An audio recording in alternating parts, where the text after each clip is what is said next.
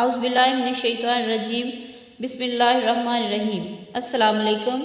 ویسے تو درج کرنے بیٹھیں تو ایک طویل فہرست تیار کی جائے گی ان فرسودہ رسومات کی جو ہمارے سماج میں شادی سے پہلے، تقریب کے دوران اور پھر بعد میں شامل ہیں، جو صرف وقت اور پیسے کے ضیاع کا باعث بنتے ہیں۔ مگر آج کل کچھ زور پکڑتے عوامل جو فقط مرد حضرات اپنی عیاشی اور ٹھرک جھاڑنے کے لیے کرتے ہیں، وہ شادیوں میں رات گئے تک مجرے ہیں۔ مجھے افسوس سے کہنا پڑ رہا ہے، محلے کے برائے نام معزز گھرانے سے لے کر ایک عام دہاڑی دار مزدور بھی اپنے بیٹے کی شادی پر مجرے کروانے کو ایسے سمجھتا ہے جیسے ثواب کا کام ہو، اور شادی شدہ جوڑے کی آنے والی زندگی میں آسانی اور محبت کا باعث ہو۔ جہاں تک مجھے یاد ہے، ہمارے محلے میں سب سے پہلے جس شادی پر مجرے کے لیے ڈانسرز کو بلوایا گیا، وہ کوئی اور نہیں، ایک نام نہاد سید پاک، جس کے نام کے علاقے میں طوطی بولتی ہے اور جو کئی لوگوں کو برکت کے تعویذ اور بیماریوں کو رفع کرنے کا دم کیا کرتا ہے، اسی کا گھرانہ تھا۔ اور اس کے بعد شاید ہی کوئی ایسی شادی ہو جہاں مجرے نہ ہوئے ہوں۔ باقی خان صاحب، چودھری صاحب، ملک صاحب، میاں صاحب، گجر صاحب، صاحبزادہ صاحب، ان کے ہاں تو یہ بات عام سی ہے، ان لوگوں کی تو شادی بھی مجرے کے بنا ادھوری ہوتی ہے۔ ہم نے فلموں یا ڈراموں میں دیکھا ہوگا کہ پہلے پہل مجرا کرنے والے اپنے ایک کوٹھے تک محدود ہوتے تھے، جس نے بھی اپنی چاہ پوری کرنی ہوتی وہیں چلا جاتا، اور ایسے لوگ ہی وہاں جاتے جن کی جیب کافی بھاری ہوتی۔ ویسے تو کوٹھے ختم ہو گئے، مگر اب وہ چل کر کسی مخصوص علاقے کی بجائے ہمارے گھروں میں آ گئے ہیں۔ ہوتے رہیے محظوظ جی بھر کے، مارکیٹ میں آپ کو ہر ریٹ کے ڈانسرز مل جائیں گے۔ یہ ڈانسرز کوئی خواجہ اسرار، ٹرانسجینڈر یا پھر کوئی عورت ہوا کرتی ہے۔ اب تو یہ کوئی سیلیبریٹی بن چکے ہیں، اپنا کیمرہ مین ساتھ لے کے آتے ہیں۔ عموماً یہ فنکشن مہندی کی رات کسی بڑے شادی ہال یا پھر کھلے میدان میں چاروں طرف ٹینٹ لگا کر کیا جاتا ہے۔ بغیرت لوگ شرابیں پی کر محظوظ ہوتے ہیں، نشے میں دھت ہو کر کبھی ان کے ساتھ بڑے ہجوم میں جسم رگڑنا، بوسے لینا، جفیاں ڈالنا، اور بعض اوقات ایک کارڈ تھما دینا جس کا مقصد فنکشن کے بعد رنگ رلیاں کرنا ہوتا ہے۔ ڈانسر سے کہا جاتا ہے کہ فلاں شخص کو تنگ کرنا ہے، اسے سٹیج پر لے کر آنا ہے، گلے لگانا ہے، اس کو ہر طرح سے مزہ دینا ہے۔ بزرگ لوگ ایسی قباحت سے منع کرتے ہیں، مگر افسوس صد افسوس، کئی بابے تو اسی طاق میں ہوتے ہیں کہ کب شو کا آغاز ہو۔ آپ لوگوں کو الفاظ سخت لگ رہے ہوں گے، مگر یہ یہاں استعمال کرنا ضروری ہے۔ ناچنے والوں کو بلوانے کے پیسے تو الگ سے دیے جاتے ہیں، مگر ناچنے والوں پر جو نوٹوں کی بارش ہوتی ہے، دیکھنے والے دیکھتے ہی رہ جائیں، گو کہ نوٹوں کا فرش بن جاتا ہے، اور رقاص اسی فرش پر مست ہو کر رقص کر رہے ہوتے ہیں۔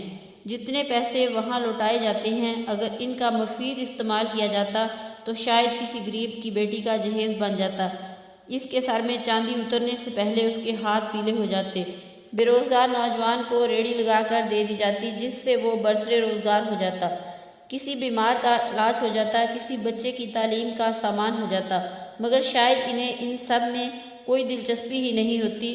وہ اپنی کمائی کو کسی نیک کام میں لگانے کی بجائے ناچنے والوں کے پیروں کی دھول میں اڑانے کو زیادہ ترجیح دیتے ہیں۔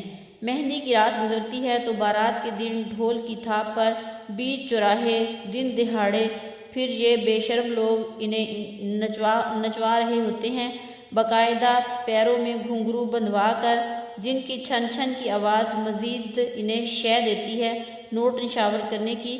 پتہ نہیں یہ کیا دکھانے کی کوشش میں ہوتے ہیں۔ اب جو بات کرنے جا رہی ہوں وہ بہت سخت ہے۔ بہت سے احباب ادھر لیکچر دینے پہنچ جائیں گے، مگر جو سچ ہے وہ سچ ہے، اسے تسلیم کرنا ہی ہوگا۔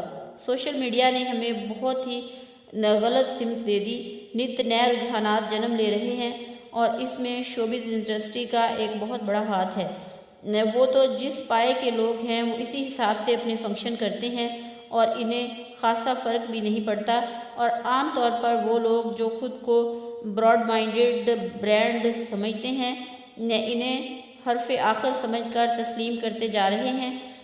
جیسے آج کل ایک لڑکی کی ویڈیو وائرل ہوئی جو ایک شادی کے فنکشن میں کئی لوگوں، جن میں مرد و عورت شامل تھے، کے سامنے ڈانس کر رہی ہے۔ ایسے ہی ماحول آج کل ہماری عام مڈل کلاس لوگوں کی شادیوں میں نظر آنا شروع ہو گیا ہے۔ Couple dance, group dance, solo dance اور باقاعدہ مشق کی جاتی ہے، اور پھر کیمرہ مین کو بلایا جاتا ہے اور پھر وہ ہر زاویے سے ویڈیو شوٹ کر رہا ہوتا ہے۔ اس سے زیادہ میں کچھ نہیں کہہ سکتی۔ مجھے بتائیے کہاں کی تہذیب ہے؟ یہ کون سا معاشرہ ہے؟ یہ کون سے رواج کو پروان چڑھا رہے ہیں؟ ہم بچوں کے ذہن تو خالی صفحے کی طرح ہوتے ہیں، جو مرضی نقش کرتے جاؤ۔ بھئی انہیں کیا سکھا رہے ہو؟ ان کے ذہنوں میں جس معاشرے کی تصویر چھپ رہی وہ بڑا بھیانک ہے، مگر آپ اسے بڑا خوشرو بنا کر ان کے سامنے پیش کر رہے ہو، جس کے نتائج بہت ڈرا دینے والے ہوں گے۔ کوئی اگر انہیں روک ٹوک کرے تو پتہ ہے کیا کہا جاتا ہے، خوشی کا موقع ہے۔ ایسے موقع کون سے بار بار آتے ہیں؟ کچھ تو پل ہیں، سو گزار لینے دیجئے۔ ارے بھائی خوشی ہے تو خوشی کی طرح منائیے، بے حیائی اور بد تہذیبی کو خوشی کے لفافے میں لپیٹ کر مت پیش کیجئے۔ اس کا ذائقہ اس کی حقیقت کو چھپا نہیں سکتا۔ یہ میٹھا زہر آہستہ آہستہ ہمارے اندر کی اچھائی کو ختم کر رہا ہے، جو ایک مسلمان اور ایک انسان میں ہوتی ہے۔ ڈانسر تو پھر بھی پیشہ ور لوگ ہیں، انہیں اپنے کام کا پیسہ ملتا ہے اور وہ سب پیسے کے لیے کرتے ہیں، اور پھر بھی مردوں میں ہوتا ہے۔ وہاں آپ کی ماں، بہن، بیٹی نہیں ہوتی، مگر دوسری صورت میں پورے خاندان کے مرد و زن کے سامنے آپ کی بہن بیٹی ناچ رہی ہوتی ہے۔ ہر شخص دیکھ رہا ہوتا ہے، پتہ نہیں کیا کیا ذہن میں گند بھر رہا ہوتا ہے۔ اسے دیکھ کر ہر شخص کے ہاتھ میں موبائل ہوتا ہے، سبھی تصاویر اور ویڈیو بنا رہے ہوتے ہیں، اور افسوس یہ کہ یہاں سب خوش ہو رہے ہوتے ہیں۔ کسی کو فرق کیوں نہیں پڑ رہا ہوتا؟ کیا ضمیر مر چکے ہوتے ہیں، یا غیرت ختم ہو چکی ہوتی ہے، یا ہم تنگ ذہن لوگ ہیں اور آپ براڈ مائنڈڈ لوگ، ہم جاہل اور آپ پڑھے لکھے لوگ، ہم پینڈو اور آپ شہر کی اچھی سوسائٹی میں رہتے لوگ، یہ ٹیگ لگا کر آپ فرار تو حاصل کر لیتے ہیں، مگر یہی عوامل ناسور بن جاتے ہیں جن کی تکلیف آپ کو بعد میں ہوگی۔ بیٹی کو قرآن کے سائے میں رخصت کرنا، یا پھر نکاح کے وقت قرآنی آیات مولوی صاحب کے ساتھ دہرانا، بس یہاں تک کہ ہم مسلمان ہیں، باقی تو ہم خوشیاں منا رہے ہیں۔ خدا را خود کو، اپنے گھر، اس پورے معاشرے کو اس گند سے بچائیں۔ شادی جیسے سنت عمل کو یوں بے حجائی سے مت جوڑ دیں۔ یہ ایک پاکیزہ بندھن ہے جس میں بندھنے والے ایک نئی نسل کو پروان چڑھانے جا رہے ہوتے ہیں۔ باخدا اس کا بیج ایسی غلاظت سے مت بوئیں، پھل کی زہر آپ کی جان لے لے گی۔ اللہ ہم سب کی حفاظت فرمائے، آمین یا رب العالمین۔